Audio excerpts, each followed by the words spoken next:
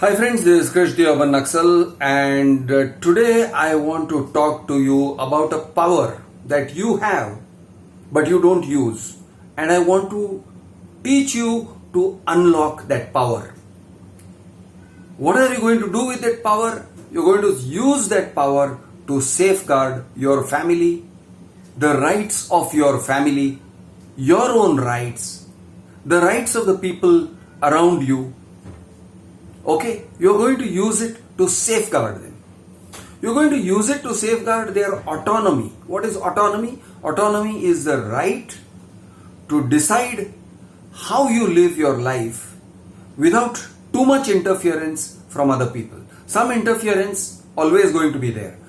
Too much interference? No. Very strong interference? No. Not to be tolerated. This is autonomy. Autonomy is the power to determine how you live, how your family lives, what your family's future is. Autonomy. Now, how to protect your family's autonomy when everybody around you or a lot of marketers around you are trying to take away the autonomy? How do they try to take it away? Well, they keep trying to sell you stuff, they keep trying to sell you habits, they keep trying to sell you long-term commitments. What is a long-term commitment? Let me give you an example.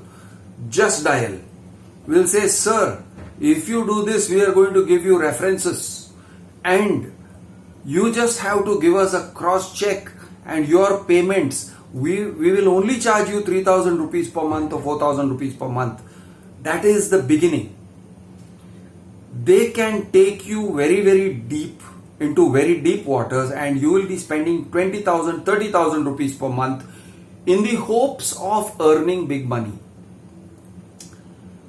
There are estate agents who call me, housing.com, magicbricks.com, all these guys, tell them we are going to give you references.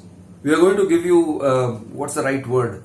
We are going to refer customers to you, potential customers. We are going to send them your way. You have to pay us this amount of money. And people end up spending pretty large amounts of money for just one or two leads. Yeah, the right word is leads. They end up paying 1,000, 2,000, 5,000, 10,000 rupees per lead. One guy who is not their customer, who might become their customer. And the more they spend, the more they feel addicted to spending. This is a way of taking away the autonomy of estate agents and people who are inside of, not the builders, but the people who work at lower levels, who hope to earn some money, telemarketers, for example. This is how these people, Just Dial, etc., take away their autonomy. Then there are others, for example, people who offer you personal loans.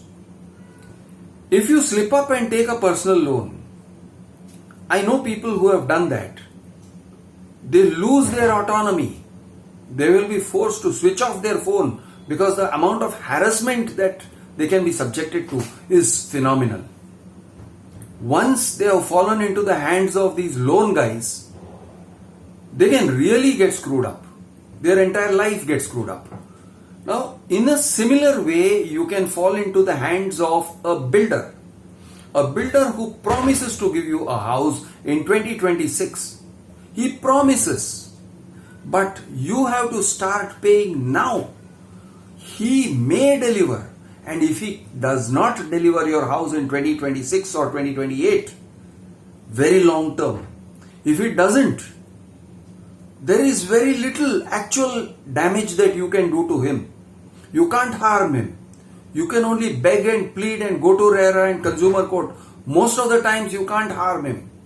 It's very difficult to hurt a guy who promises you something, makes you sign a contract, says he's going to give you a house, says it's going to cost you 1 crore, and he makes you pay up front, he makes you take a loan, and he makes you disburse the loan. Finished.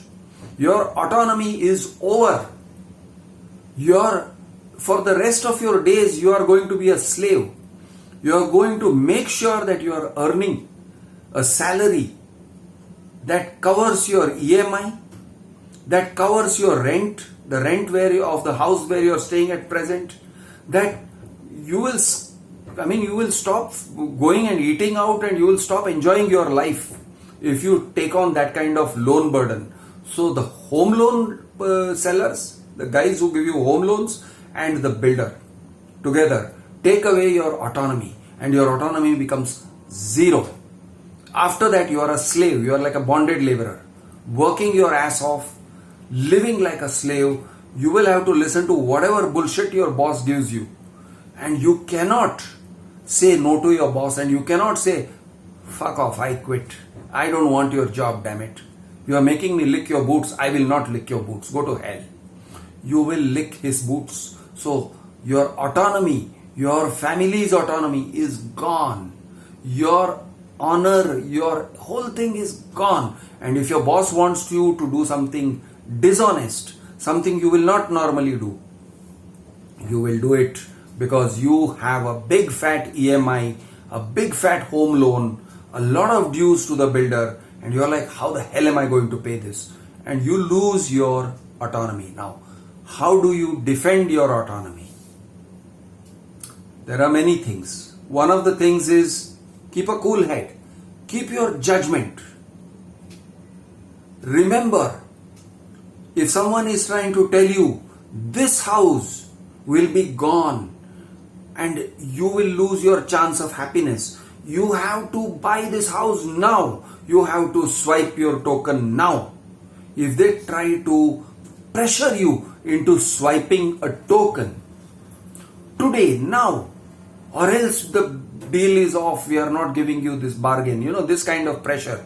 Sir, this is Gudi Padwa, and Gudi Padwa we are giving you this, or this is Eid, and Eid we are giving you 5 lakh rupees, and otherwise, sir, sorry, you are going to, if you walk out of this door, if you go out of the sales office and come back, sorry sir, the deal is off, we are not giving you anything. So your only choice is swipe the token.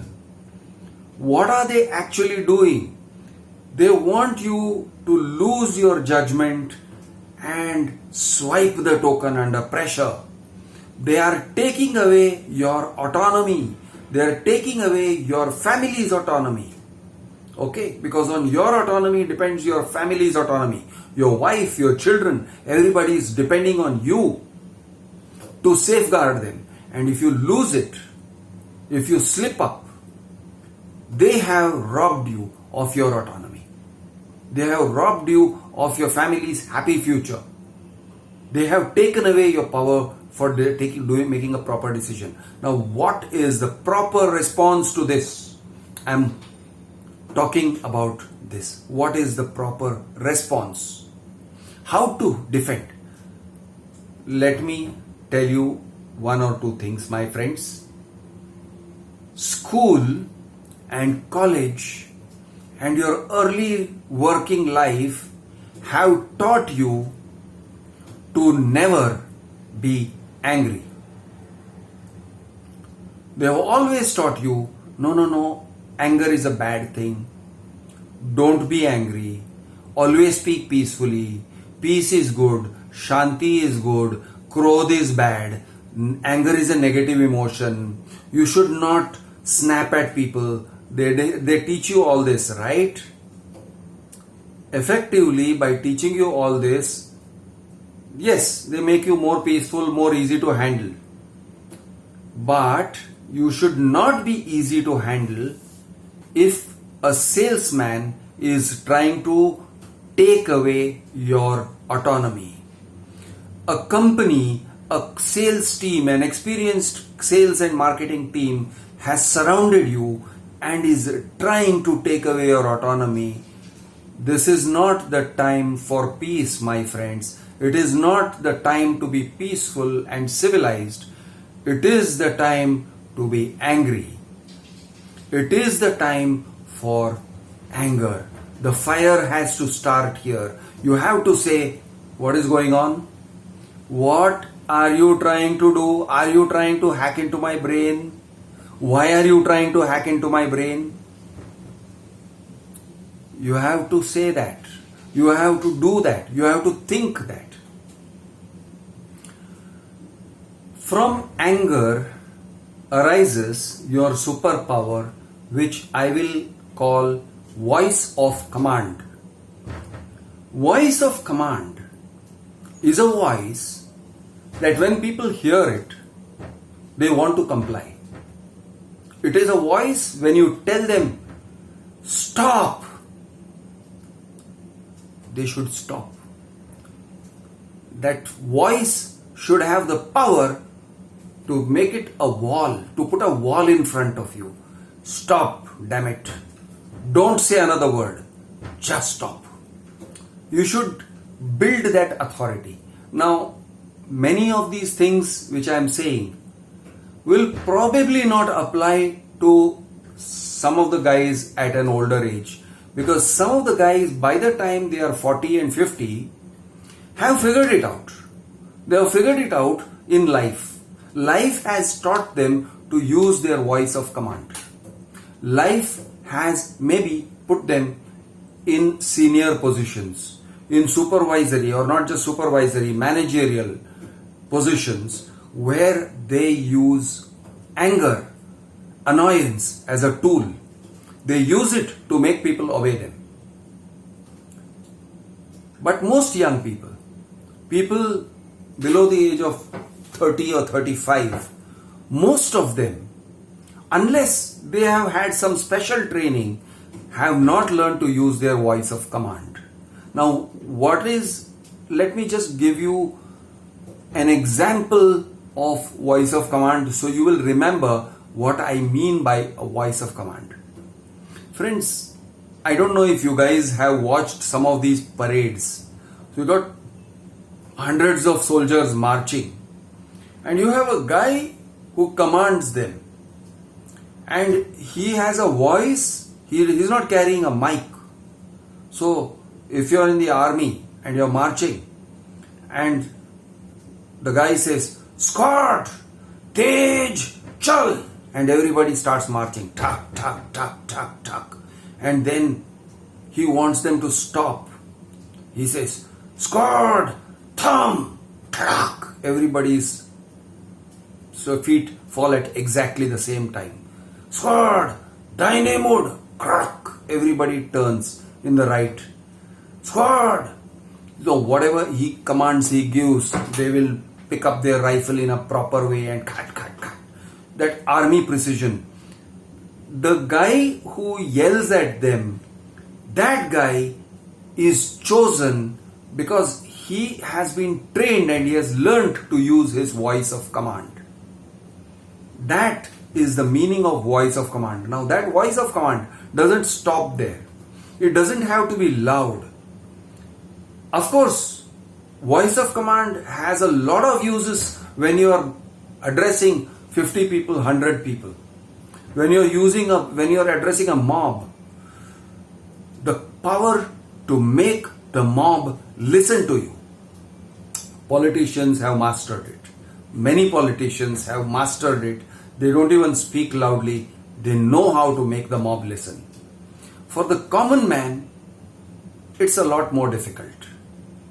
You guys need to, and the younger you are, like if you're 20 or 25, and if somebody is giving you bullshit, if the salesman the sales team guy member of a builder or any other salesman is giving you bullshit, he keeps on talking bullshit to you, ye hoga, wo hoga, aisa hoga, vaisa hoga, you need to say, "Stop, answer my question. This is my question, answer it." And if the guy evades the question, "Don't evade my question. Again, I am repeating my question. Answer it." And if he tries to override you or try to climb all over you, "Stop bullshitting me. Stop talking and listen." You have to do that. Now, you may think, "Oh, but come on, man, Krish here. You want us to be rude to people." No, I don't want you to be rude to people. But sometimes you have to put your foot down. And this is not only applying to men. It applies equally to women, and women can do it. Women can have a very firm voice. Mr. Rao, please calm down. They can say it very strongly, they can say it very firmly.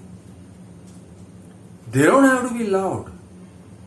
They can be very clear, and the message is like a knife. It will cut through. That is a voice of command. Men and women, if you want to be men and women, like not just boys and girls, then please cultivate your voice of command. In the context of builders, you will get into arguments with them, and you should get into arguments. Again, it is not considered to be a very good practice to be an argumentative person. If you're an argumentative child, teachers will say, "Arey, this child argues too much," and they will even write a bad remark. And they will tell your parents, "Your son is arguing too much with me. He is very insolent, he is very arrogant." But please believe me, arrogance is a necessary trait. If you want to protect yourself, you want to protect your family, you want to protect your income, you want to protect your own money and your savings, and prevent it from going off wherever somebody else wants to take it, your money.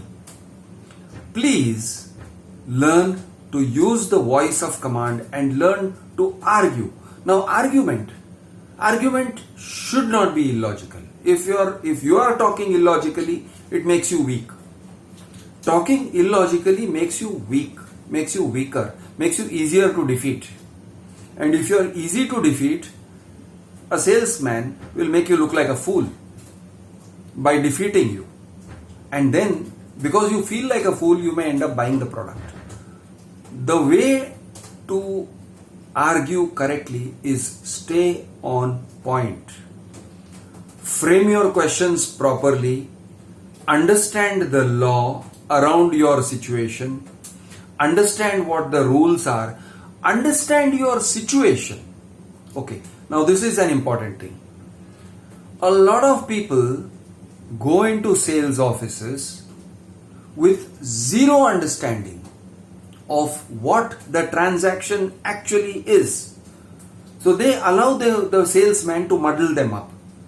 "Sir, we are giving you this special offer and this and that, and you have EOI and expression of interest and allotment letter and agreement and this sale and that sale and government taxes and blah blah blah blah blah blah blah blah." It's all a mess. It's all a mess. Please don't let someone walk you into a mess. Just tell that chap, "No, stop. I don't want to talk to you about things that I don't understand. Explain this." Let me give you another typical example. This is around employment, okay? I get calls from people who get confused and take up a job. They start doing some work and then they realize they are not full-time employees. They are not part-time employees. They have no rights as employees. The company is saying they are contract, but then there is no contract. No contract has been written. It is called a letter of appointment. But then they are not employees, but they are called a letter of appointment. They are contract and it says they are not full-time employees and you are contractual. And then there are some words like consultancy. And then there are some words like dealers. And then there are some words like advisors, sales advisors, representative, market representative. They don't know what they are. Are they employees? Are they consultants? Are they contractors? They are three different things. Are they advisors? To whom are they advisors? Are they representatives? What kind of representative? All these things are confused and muddled up, and it is especially done in marketing, especially done in financial markets. I gave the example of Bajaj Allianz There's a video of Bajaj Allianz, and many people call me. And I tell them, listen, go to your HR and ask him, am I an employee? Am I going to get Provident Fund? Am I on your muster rolls? Yes or no? You see, they will say, no, you are a part-time employee. Fine, I'm a part-time employee. Okay, so I'm not on your muster rolls? No, you are not on our muster rolls. All right. So what is the character of this thing? No, we'll give you a letter of appointment. Letter of appointment for what? Are you appointing me in a certain role? Yes. Are you giving me a salary? Is it a salary? Is it a stipend? Is it a consultancy fee? What is the nature of your payment to me? Go and ask your HR. The HR of Bajaj Allianz or whoever is trying to engage you, hire you. Ask the HR. They give you a nice designation, they'll give you a card. No. Don't be fooled by cards. Ask them, what am I doing here? What is your relationship with me? And suppose they are in a recruiting process and they are taking tests and all that. Ask them. You need to ask, okay? Now you are afraid, if I ask, they are going to get angry and then I won't get my job. Boss, if you are afraid of people getting angry with you, you're going to get exploited all the time. Please stop being afraid of people getting angry with you. Seek clarity. Be clear. Ask clear questions. The same thing goes to the builder. Ask him a very clear question. Okay, I want to see the agreement pro forma now. He'll say, no sir, first you have to give me a token. I don't have to give you anything. I want to see the pro forma agreement now. I want to understand the pro forma agreement. Give me a PDF file. He should give it to you. Give me the application form. I want to read it. I'll take it home and read it. Sir, we don't allow. Go to hell. Learn to say go to hell. Learn to show anger. Learn to show annoyance. If enough of you start doing this, system badlega. You see, what happens is the system is acting towards you like this because you guys are acting like sheep, because you're not acting like tigers. System badalta hai, badalne wala chahiye. You have to be the person who changes the system.